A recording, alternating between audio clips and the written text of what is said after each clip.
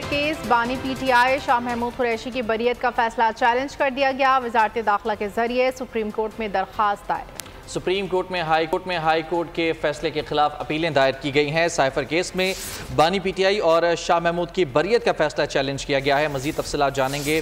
बोल के नुमाइंदे जुल्करनैन इकबाल हमारे साथ मौजूद हैं। जी जुल्करनैन, बताइएगा किसकी जानिब से चैलेंज किया गया है, क्या मौक़िफ़ अपनाया गया इसमें?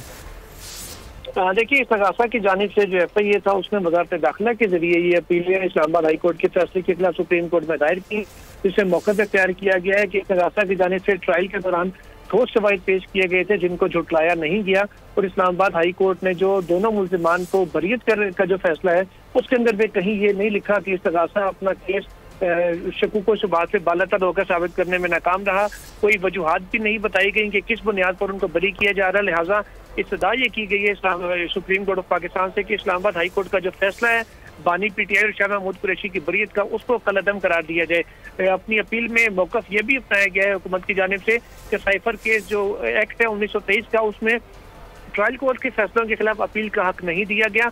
लिहाजा इस्लामाबाद हाई कोर्ट को ये कानूनी इख्तियार ही नहीं था कि वो साइफर केस में जो अपील दायर समाज कर सकती है। तो ये फैसला चैलेंज किया गया। जुल्करनैन, आप लाइन पर हमारे साथ मौजूद रहेगा।